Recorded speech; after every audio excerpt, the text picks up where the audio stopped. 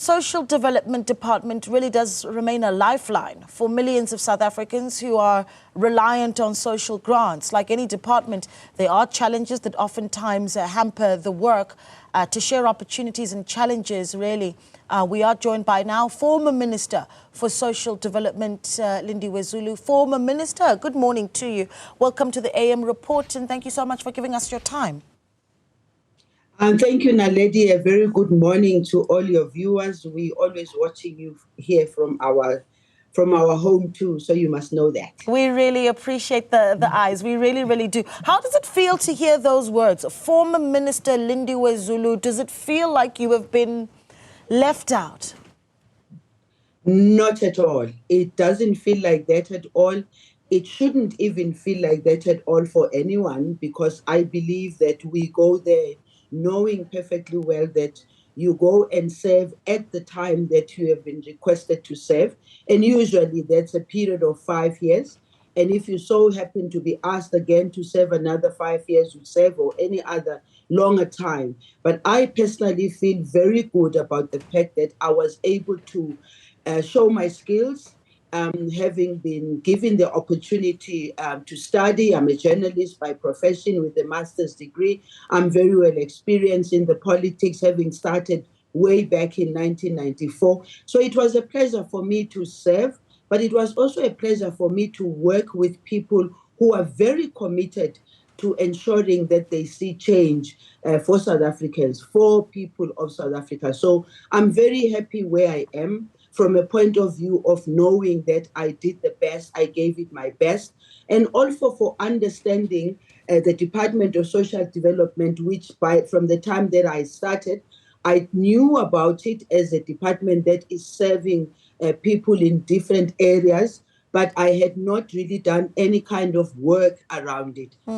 So when I got there, I was able to pick up a whole lot of things, because this Department of Social Development, it is about the well-being of South Africans across the board, everybody, but much more focused on people who still need to be supported by the state in many, many areas of their lives. Yeah, well, obviously, we wanted to have this discussion also to get, the sort of messages that you get from a former minister for the incoming minister, because of how important this department really is and how it serves absolutely the most vulnerable in our country. Sisisi Tolashe taking over as the Minister of Social Development.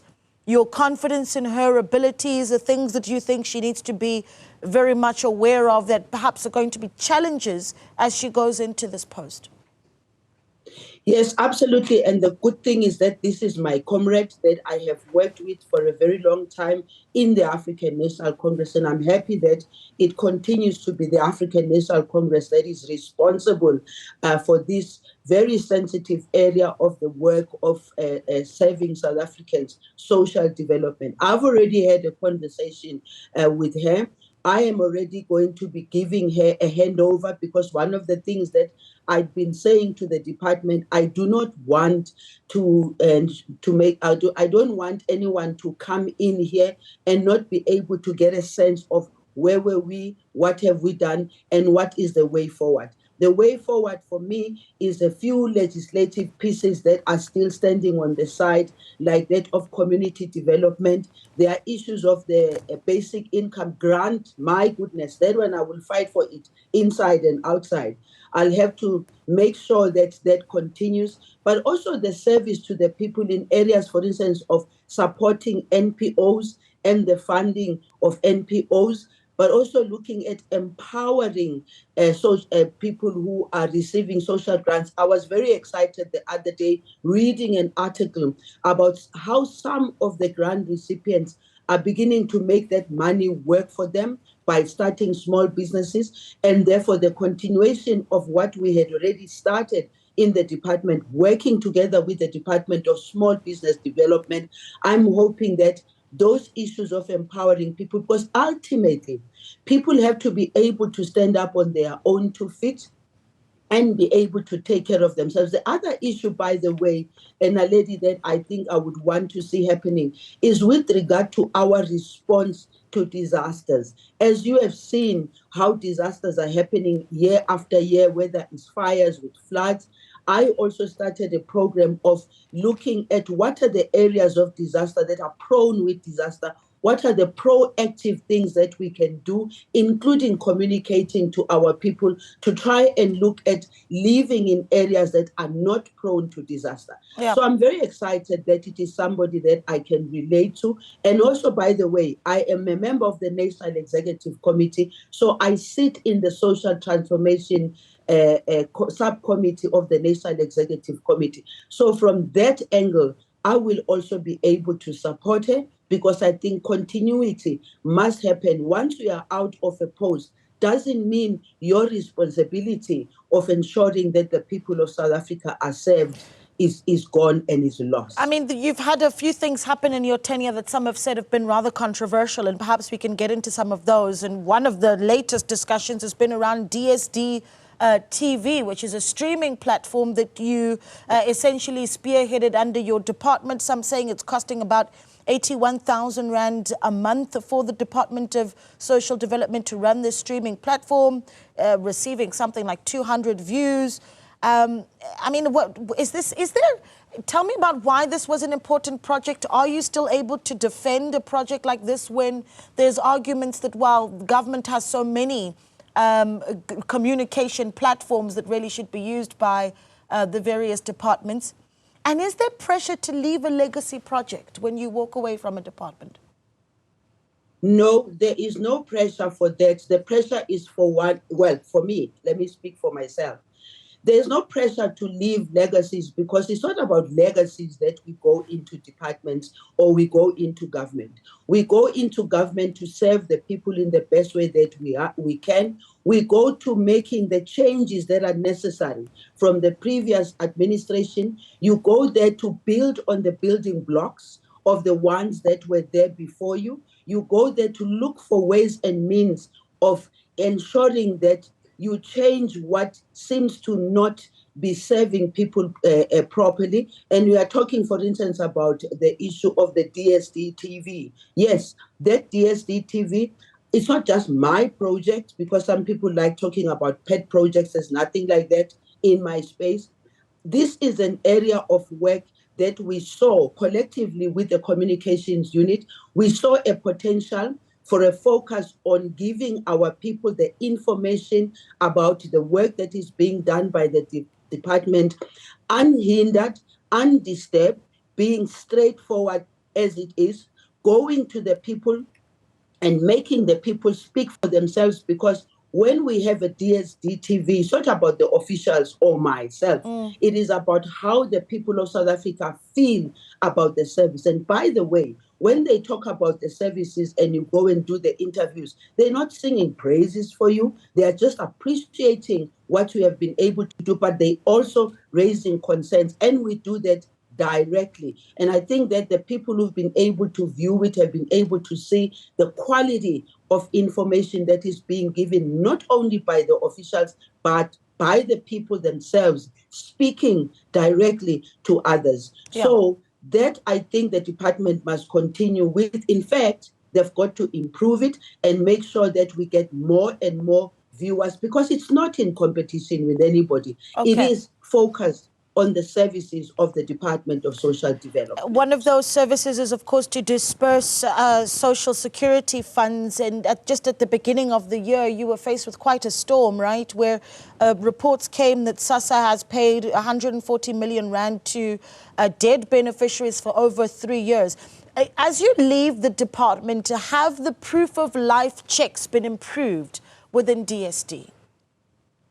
Yes, very much so. And I'm happy that SASSA embraced some of what we, for instance, I was pursuing within SASSA, the use of technology, the use of modern technology, which makes it easy for us to identify, also working together with the Department of Home Affairs, Also connecting, this whole thing of ensuring that information about a Lindiwe Zulu in a system sits by the press of the button. It gives you every information about a Lindiwe Zulu, not for any other purposes, but for making sure that the services are efficient, are faster, and are easier for the people of South Africa. Those are some of the things that I feel SASSA should continue working on, because from the time that I came into the department, I said to SASSA, we need to give dignity to our people. I don't see no dignity when the elderly are queuing forever in queues and having to go back home without their money. And I think to a very large extent, SASSA embraced that, and therefore the proof of life is going to happen. Yes, I know it's going to be a bit of a hurdle for some, because sometimes when you need information from people, they are not aware of it, and therefore the importance of stepping up on communication. I know that I've been a pain to Paseka and them about communication, because as a communicator, I know that it is possible for us to find ways and means of communicating to our people quickest and fastest. So I'm hoping that we will stop having ghost people who are still being paid. And I think the system that SASSA is using now of checking is going to assist them. We need to save the money. The money must go to the people who deserve to receive the money. I want to ask two more, and if we can squeeze them in, because I'm running out of time. But I think it's an important one. Obviously, at the national department, you then started trickle down information and some instruction to provincial levels. What's the challenge been in funding NGOs, particularly in Gauteng? They said that they've gotten very little to none support from the Department of Social Development. The way forward, and regrets where that's concerned, if at all? Yes, absolutely. The regrets for me are about budget cuts and having to make sure that you cover all those NPOs and NPOs that need to do the work. That is the regret. But I'm happy with the manner in which both the MEC Mbali and the Premier Lisufi managed the situation. But also I want to pass this message, because this is a continued problem.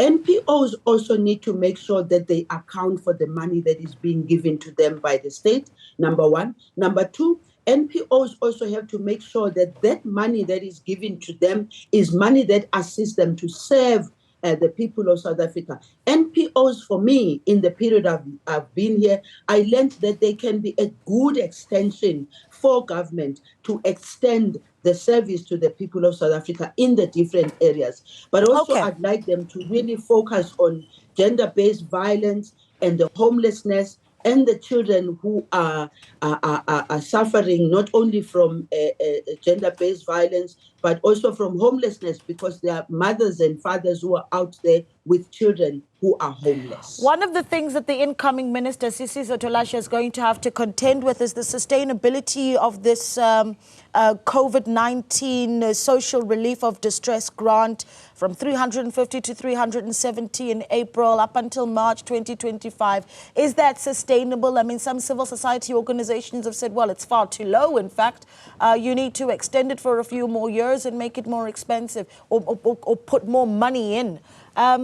Let's talk about how sustainable you think that is, and your message to the minister about whether or not she should keep that social relief of distress grant available.